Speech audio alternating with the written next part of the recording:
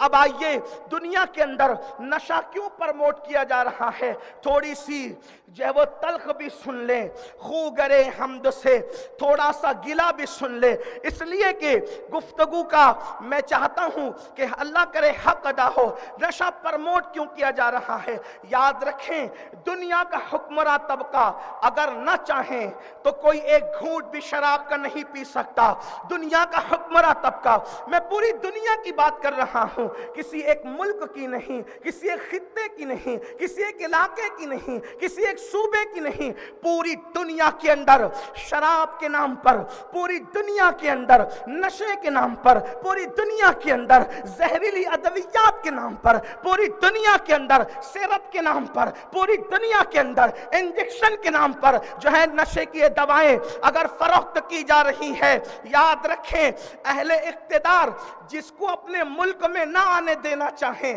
تو اس کو آنے بھی نہیں دیتے۔ جب آپ انسانوں کو نہیں آنے دیتے تو کوئی انسان آپ کے ملک میں قدم نہیں رکھ سکتا، تو جب آپ کے نہ چاہتے ہوئے بھی کوئی آپ کے ملک میں قدم نہیں رکھ سکتا تو یہ زہریلی چیزیں اہل ارباب، اہل اقتدار کے مرضی کے بغیر کس طریقے سے آ سکتی ہے؟ لیکن اس کی وجہ کیا ہے؟ چونکہ پوری دنیا کے جو صاحب اقتدار ہیں وہ کسی نہ کسی کے ہاتھ میں، پوری دنیا کے حکمراں کسی نہ کسی کے ہاتھ میں بحیثیت کٹ پتلی ہے اور ان کو ہینڈل کوئی اور کرتا ہے۔ پوری دنیا کٹ پتلی کی طرح ہے اور اس کی رسی جو ہے کسی اور کے ہاتھ میں ہے، اور جس کے ہاتھ میں ہے اس کا یہاں نام لینے کی ضرورت نہیں، آپ اچھی طرح جانتے ہیں۔ مٹھی بھر طبقہ ہے وہ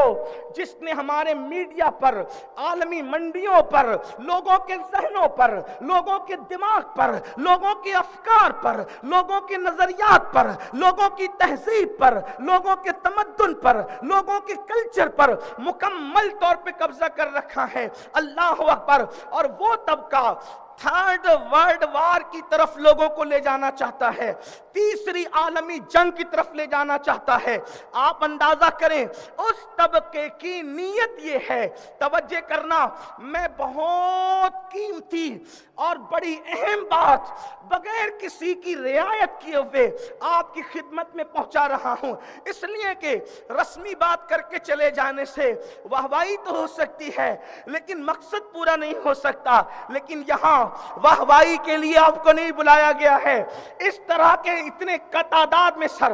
اس سے زیادہ روزانہ سر میں دیکھنے کا الحمدللہ عادی ہوں۔ مجھے پبلک کے دیکھنے سے کوئی خوشی نہیں ہوتی، اس لیے کہ لوگ جمع ہو جائیں کوئی خوشی کی بات نہیں، لوگ زیادہ جمع ہو مقصد پورا نہ ہو کوئی خوشی کی بات نہیں، چند لوگ جمع ہو مقصد پورا ہو جائیں یہ امام حسین کا مزاج ہے۔ اس لیے کہ یزید نے 72,000 جمع کیے تھے اور وہ بے مقصد تھے،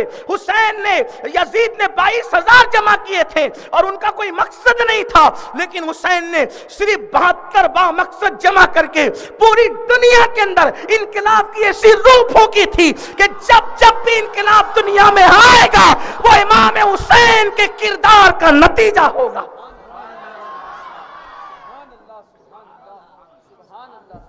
اس لیے میں اپنے جوانوں کی پوری توجہ چاہتا ہوں، جو میرے جوان نشے میں گرفتار ہے وہ بھی، اور جو نشے میں گرفتار نہیں ہے وہ بھی بہت دھیان سے سنیں۔ تھرڈ ورلڈ وار کی طرف دنیا بڑھ رہی ہے، بڑھ کے بڑھ چکی ہے، تیسری عالمی جنگ کی طرف، اور دنیا کا وہ طبقہ جو پوری دنیا کو کنٹرول کرنے کا خواب دیکھ رہا ہے، وہ طبقہ جو پوری دنیا پر بلا شرکت غیر حاکم بننا چاہتا ہے، اس طبقے کی خواہش یہ ہے کہ قوم کے جوانوں کو ناکارہ بنا دو۔ اور یورپ نے کبھی گوارا نہیں کیا، یورپ کو کبھی پسند نہیں تھا کہ ایشیا قیادت کرے، یورپ کو کبھی پسند نہیں تھا اور نہ ہے کہ ایشیا قیادت کرے۔ آپ دیکھو ہمارا ملک ہندوستان چند سال پہلے تک معاشی اتنی تیزی کے ساتھ ترقی کر رہا تھا کہ ماہرین معاشیات کہہ رہے تھے کہ چند سالوں کے اندر اگر کوئی ملک معاشی لیول پر سپر پاور ہوگا تو ہندوستان ہوگا۔ آپ غور فرمائیں، یہ ماہرین معاشیات نے پیشنگوئیاں کی تھی اور ہم بھی امید لگائے تھے، ہم سب،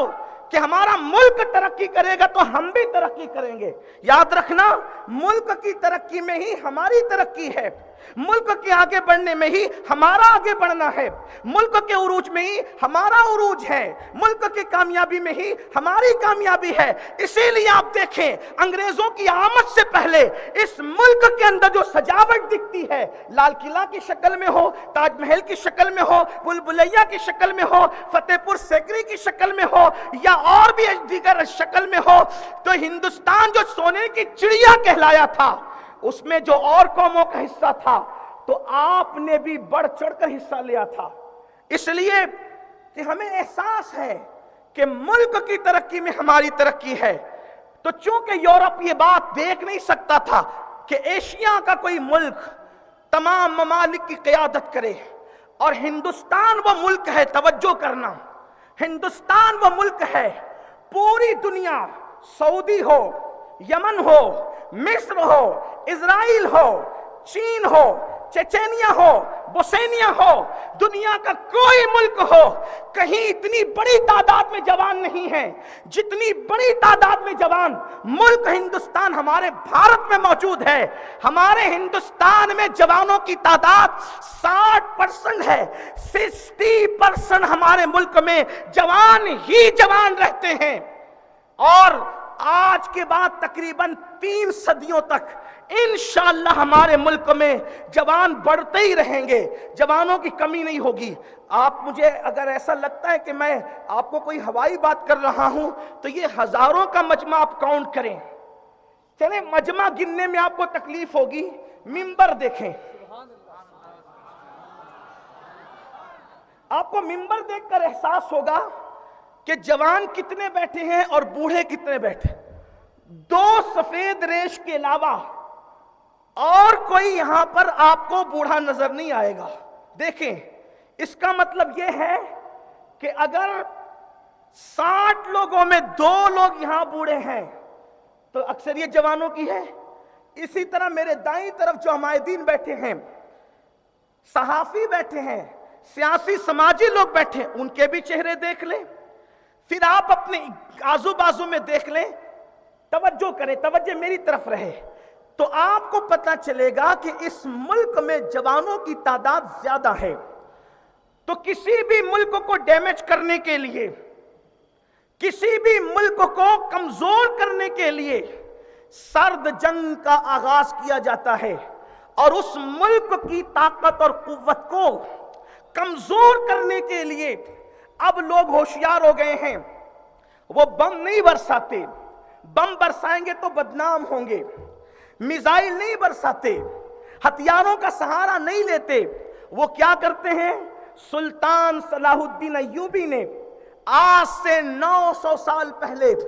جس بات کی طرف اشارہ کیا تھا، لوگ اس کی طرف بڑھتے ہیں۔ سلطان نے کہا تھا، صلاح الدین ایوبی نے، کہ کسی بھی قوم کو تباہ اور برباد کرنے کے لیے میزائل اور ہتھیار سے زیادہ خطرناک اگر کوئی چیز ہے تو وہ شراب اور شباب ہے۔ کسی قوم کو تباہ کرنا ہو، کسی قوم کو ناکارہ کرنا ہو، کسی قوم کو برباد کرنا ہو، اس قوم کو شراب اور شباب کا عادی کر دو، یعنی ان کو نشے کا عادی کر دو، یا کسی لڑکی کے ناجائز فندے میں اس کو پھنسا دیا جائے، تو میزائل، تلواریں، تیریں، جنگیں ان کو جتنا زیادہ نقصان نہیں پہنچا سکتے، اس سے زیادہ لڑکیوں کے ساتھ افیئر کے معاملات اور شراب انسان کو تباہ اور برباد اور نشہ کر سکتا ہے۔ تو میرے آقا صلی اللہ علیہ وآلہ وسلم کے دیوانوں، آج اس ملک کو خاص طور پہ ٹارگٹ کیا گیا ہے، یا اس خطے کو، یا اس علاقے کو، یا بر صغیر کو لے لے، یا اور دنیا کے ان ممالک کو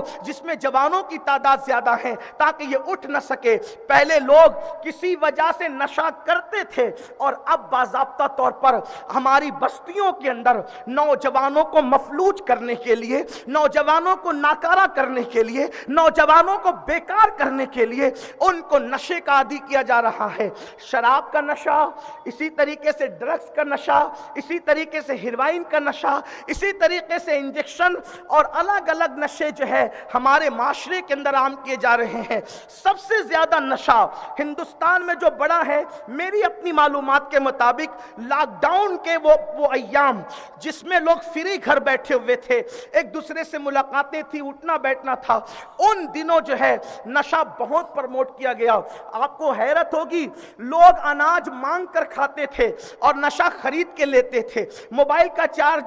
ریچارج ہے خرید کے کرتے تھے۔ میں حیران تھا، یا اللہ، جس قوم کو لقمے کے لیے پیسے نہیں ہیں، وہ موبائل ریچارج کرنے کے لیے پیسے کہاں سے لا رہے ہیں؟ وہ نشہ خریدنے کے لیے پیسے کہاں سے لا رہے ہیں؟